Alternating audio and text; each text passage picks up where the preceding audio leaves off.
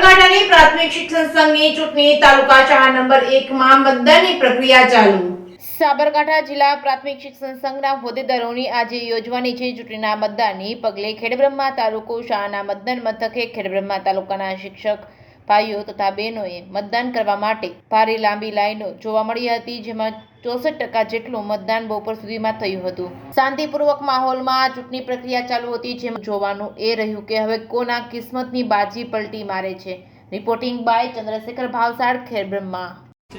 હું પટેલ પરિણકુમાર નરસિંહભાઈ ખેડબ્રહ્મા તાલુકા પ્રાથમિક શિક્ષણ સંઘની ચૂંટણીમાં મહામંત્રી તરીકે ઉમેદવારી કરેલ છે।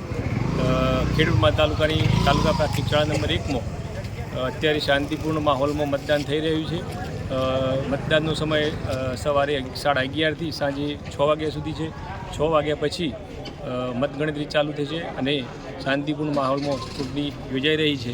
શિક્ષક મિત્રો ખાસ ઉત્સાહભેર મતદાન કરી રહ્યા છે। ખૂબ ખૂબ આભાર।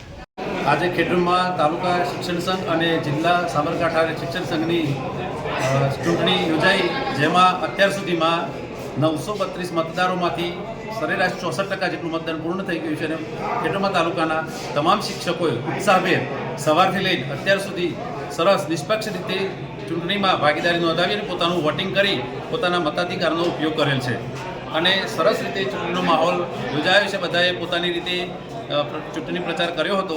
એ પ્રમાણે આજે સવાર સુધી બહુ ભારે ભીડમાં શિક્ષકો ઉમટ્યા અને ચૂંટણીનું વોટિંગનો લાભો લીધો એમણે બધાએ।